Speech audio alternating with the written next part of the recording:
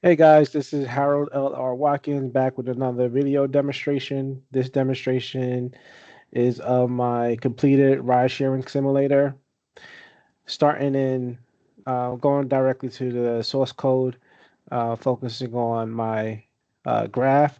Graph class stores the road network and its physical coordinates. This is my graph class right here. Then looking at Quadtree. Let me open up Quadtree, and I'm just gonna go down to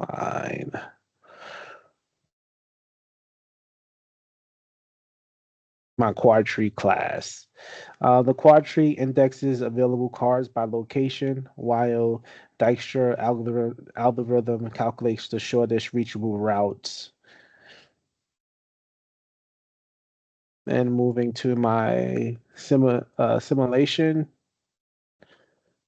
file, I have here, and then here we're gonna go directly to my simulation class. So the simulation class connects those components and coordinates the complete event-driven system, which we have here.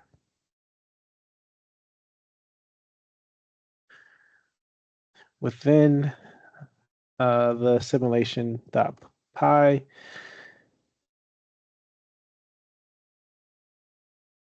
we have iter tools and going down to 63. Uh, we have event sequence count. So the event queue uses a sequence generator. Uh, each each call produces a unique number which safely orders events that have the same timestamp.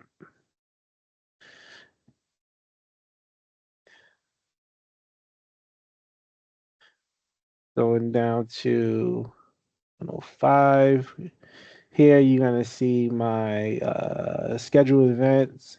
So the scheduling method pushes a four-field tuple containing the timestamp, sequence number, event type, and event data. Because this is minimum heap, the earliest timestamp receives priority. 187.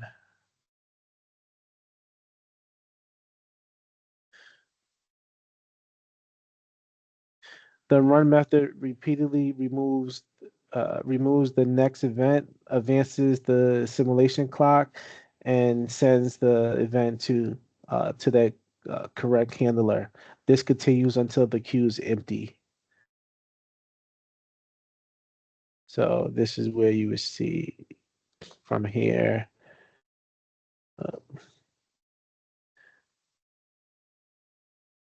to 200. This is the method. Moving to 400.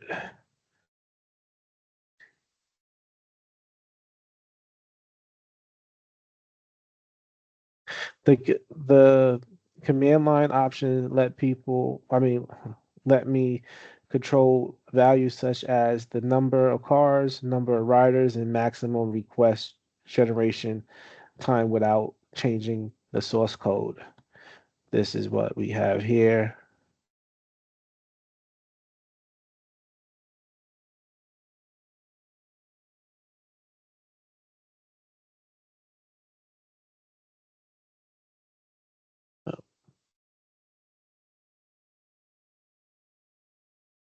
Moving to, let me grab this right here.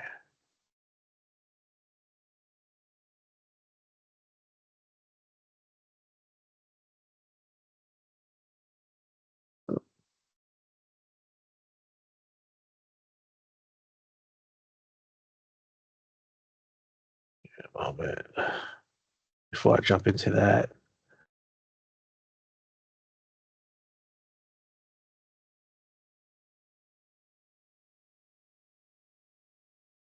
Okay, so riders going to 47, 147, 147.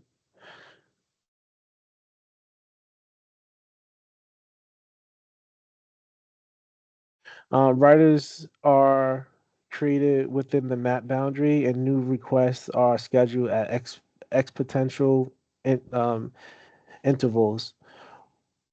Once the time or rider limits it's reached, request generation stops, but trips already in the queue continues until completion. Let's go to my CSV file, which we have here. And we have my graph, which is here.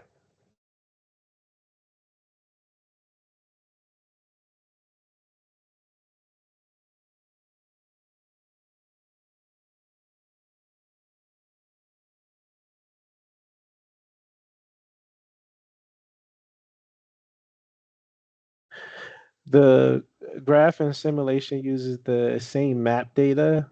A vertex is one graph point, such as a road intersection, and vertex is the vertice, I can't pronounce it, is the plural. Vertice, vertex. Uh, the nearest vertex, a method converts a physical location into the graph point and uses used for routing. Let's go back to my simulation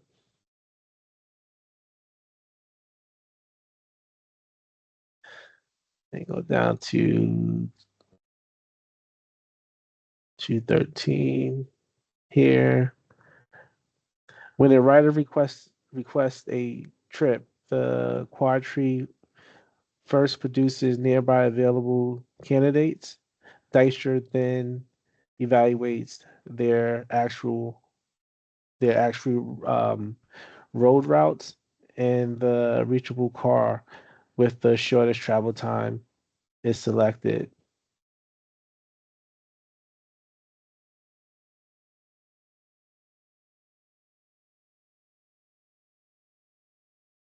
So we're gonna see that on 233 here is this is the shortest path right here.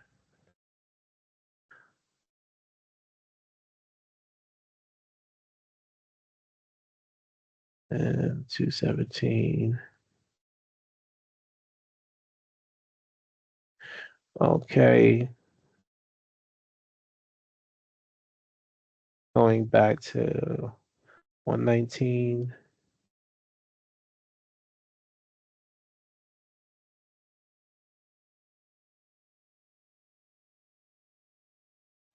These two methods keep the available card dictionary and Quadtree synchronized. Dispatching removes a car from both structures, preventing it from being assigned twice.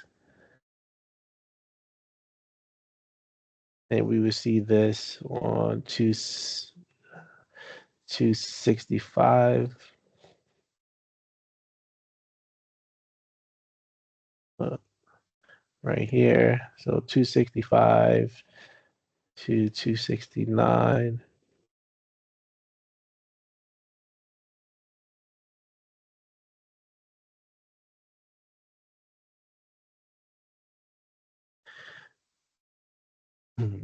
At pickup, the car's location is updated to the rider starting coordinates. The rider and car statuses then change to show that the trip is in progress. We're going to see that on line 308 through 320. So we have 308 to 320. At drop off, the car's location is updated again to the destination. The ride is completed. The assignment is cleared, and the car is reinserted as available at its new position.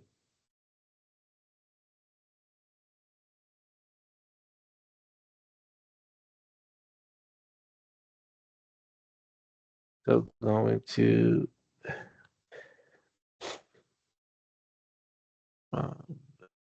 430 line 432.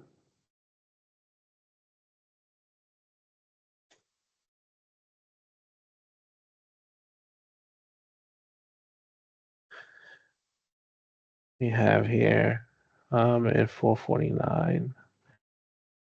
442, 449. Um, I'm now running a controlled demonstration with 5 cars, 10 riders, and 2 rider requests intentionally scheduled at time 0. This tests both normal event processing and the timestamp tiebreaker.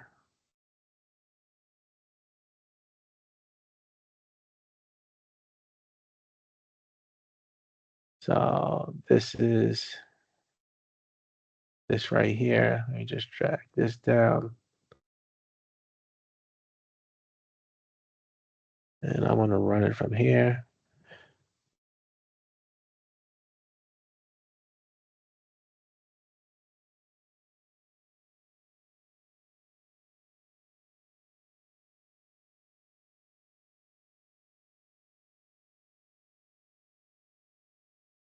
So you see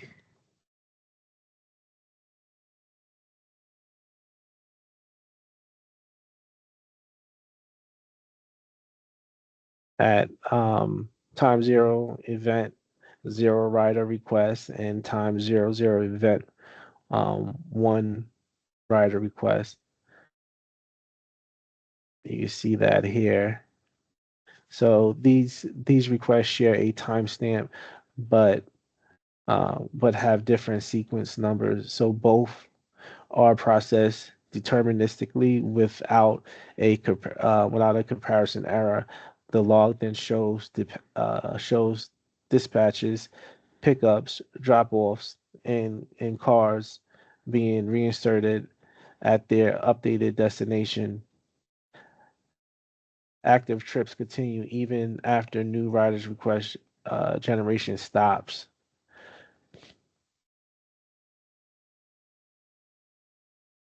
And you can see these 2 riders or candidates 4 and 5 request has 0 time stamps.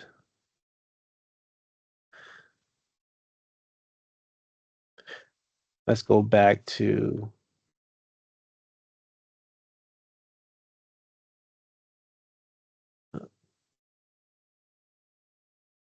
all right, so let's go back to simulation.py, which is here. Going to 326, line 326.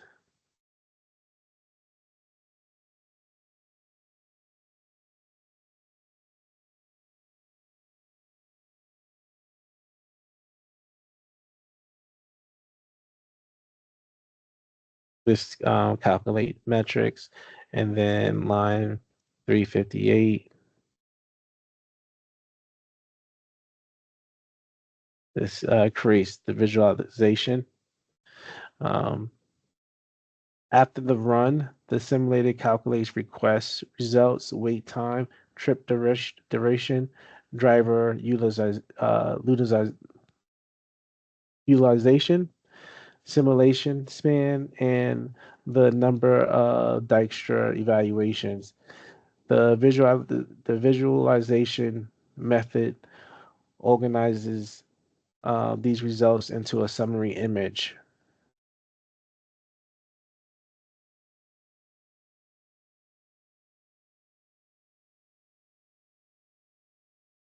Going to 450.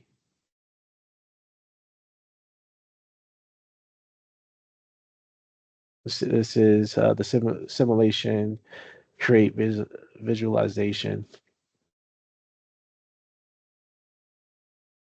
which actually shows this right here. The save summary shows the row network, final call location, calculated metrics, and writer outcomes. Together, the console's log, the console's log in this image provide evidence that the integrated system completed its work completely.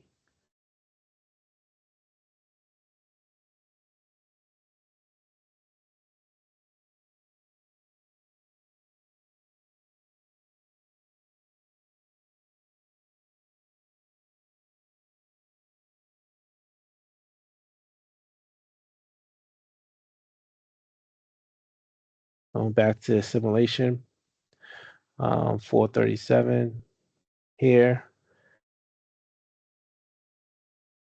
and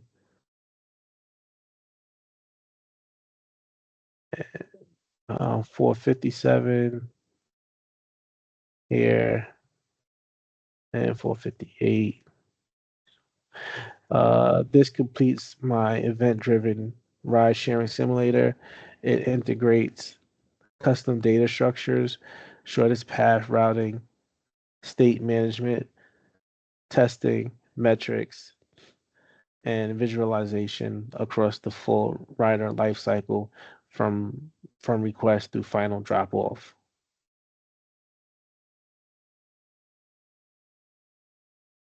Thank you for watching.